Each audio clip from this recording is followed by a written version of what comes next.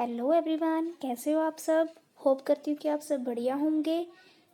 ये मेरी अब मैं दूसरी वीडियो डाल रही हूँ दूसरी स्टोरी पर, द इंटरव्यू। होप करती हूँ कि आपको मेरी पहली वीडियो जो मैंने बनाई थी द रेफ्यूजी स्टोरी पर अच्छी लगी होगी। अगर आपको पसंद आती है वीडियो तो ज़्यादा से ज़्यादा शेयर एंड लाइक कीजिएगा, ताकि किसी को भी आगे जाकर नोट्स बनाने में कोई भी प्रॉब्लम ना आए। तो let's start the summary of the interview. हमें कोई भी स्टोरी शुरू करने से पहले थोड़ी सी इंट्रोडक्शन ऑथर के बारे में दे देनी चाहिए, ताकि जो सामने बैठा चेकर है मार्क्स देने में बिल्कुल कंजूसी ना करे। About the author, the interview story was road by Khushwant Singh.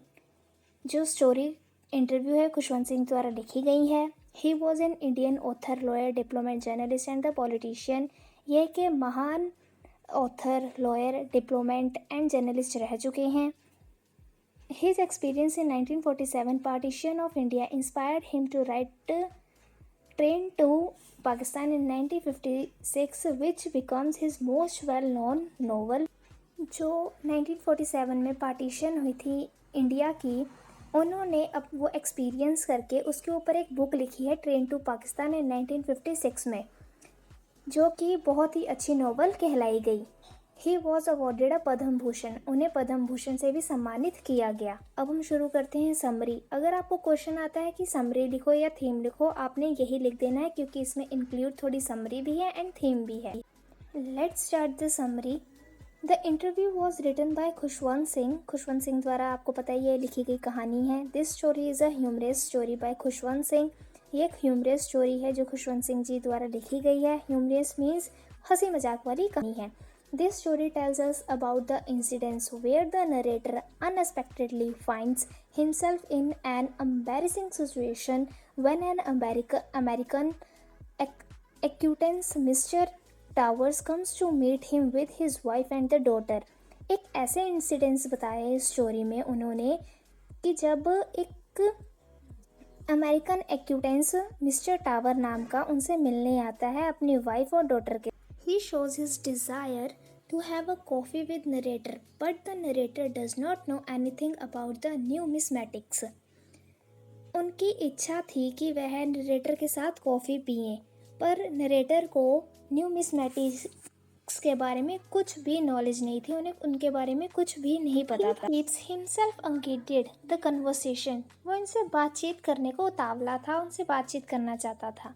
They tell the narrator that they have already met in the America ambassador and high commissioner. वो उनको कहता है कि नरेटर को कहता है कि मैं पहले भी अमेरिका एम्बेसडर से मिल चुका हूँ, हाई कमिश्नर से मिल चुका हूँ। They have already made themselves acquainted with them and now they are with the public relation officer. वो कहता है मैं इन सब से पहले ही मिल चुका हूँ, अब जो मैं है पब्लिक रिलेशन ऑफिसर से मिलने आया हूँ। The narrator can do nothing other than to accept and the welcome the guest. Narrator के पास कुछ भी करने के लिए नहीं था सिवाय इसके कि वो जो गेस्ट हैं उनका वेलकम करे।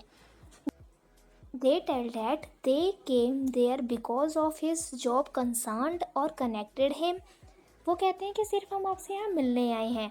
Mr. Tower proudly tells about his work and his announce that he is one of the world's 9 leading numismatic, but the narrator is ignorant of this term. और जो मिस्टर टावर है वो बहुत ही proudly अपनी सारी बातें बताता है, अपने सारे काम के बारे में बताता है और कहता है कि मैं जो 9 जो वर्ल्ड में न्यूमिस्मेटिक हैं उनमें से मेरा एक नाम आता है। बट जो नरेटर था वो उसकी सारी बातों को इग्नोर कर रहे थे, क्योंकि उनको उनके बारे में कुछ पता ही नहीं था कि न्यूमिस्मेटिक होता क्या है। He does not know about this. उन्हें उसके बारे में कुछ भी नहीं पता था। He helplessly reply in positive manner. Mister Tower also mentions Calcutta numismatical journal and numismatical society. उन्होंने अपनी बातचीत में न्यूमिस्मेटिकल जर्नल और सोसाइटी के बारे में भी मेंशन किया।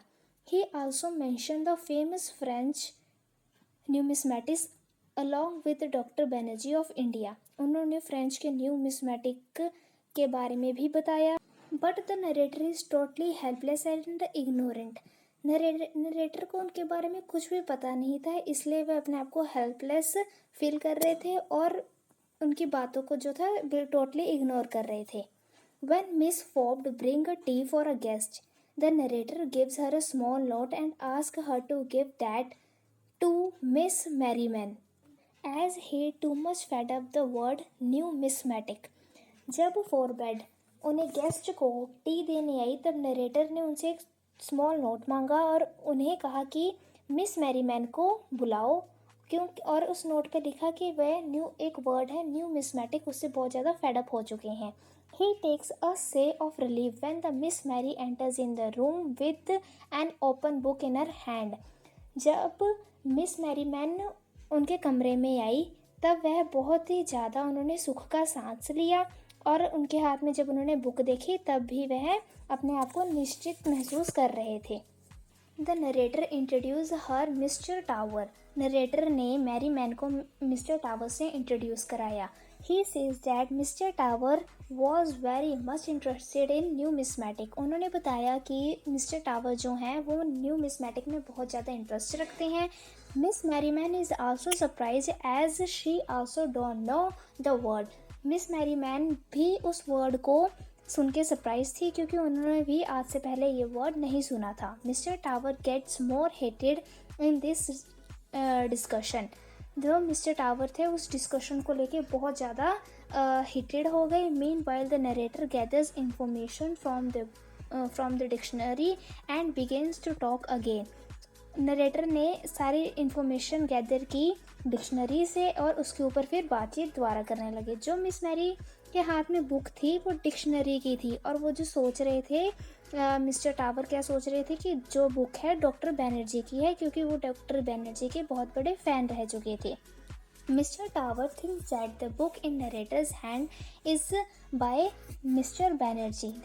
Mister Tower takes it off from narrator's hand. Mister Tower ने वो बुक नरेटर के हैंड से खींच ली क्योंकि उन्हें लग रहा था ये जो बुक है मिस्टर बैनर्जी की है, क्योंकि वह मिस्टर बैनर्जी के बहुत बड़े फ़ैन रह चुके थे, मतलब उन्हें फॉलो करते थे।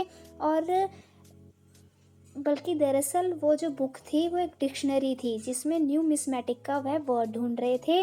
असल में न्यूमिस्मेटिक का मीनिंग क्या है? न्यूमिस्मेटिशियन का मीनिंग ये है जो कॉइन्स पर जानकारी रखते हैं, नई नई खोज करते हैं, उन्हें न्यूमिस्मेटिक्स कहते हैं। एंड में उन्हें ये पता लग जाता है। सो ये थी आज की स्टोरी द इंटरव्यू। अगर आपको अच्छी लगती है तो प्लीज़ लाइक करना और सब्सक्राइब करना और ज़्यादा से ज़्यादा शेयर करना, ताकि कोई भी अगर जिसको नोट्स बनाने में दिक्कत आ रही है उसे ये दिक्कत सॉल्व हो जाए। आगे भी मैं ऐसी वीडियोस बनाती रहूँगी। आगे मैं लॉ सब्जेक्ट पे बनाने की कोशिश करूँगी। Thanks for watching. Goodbye, take care, bye bye.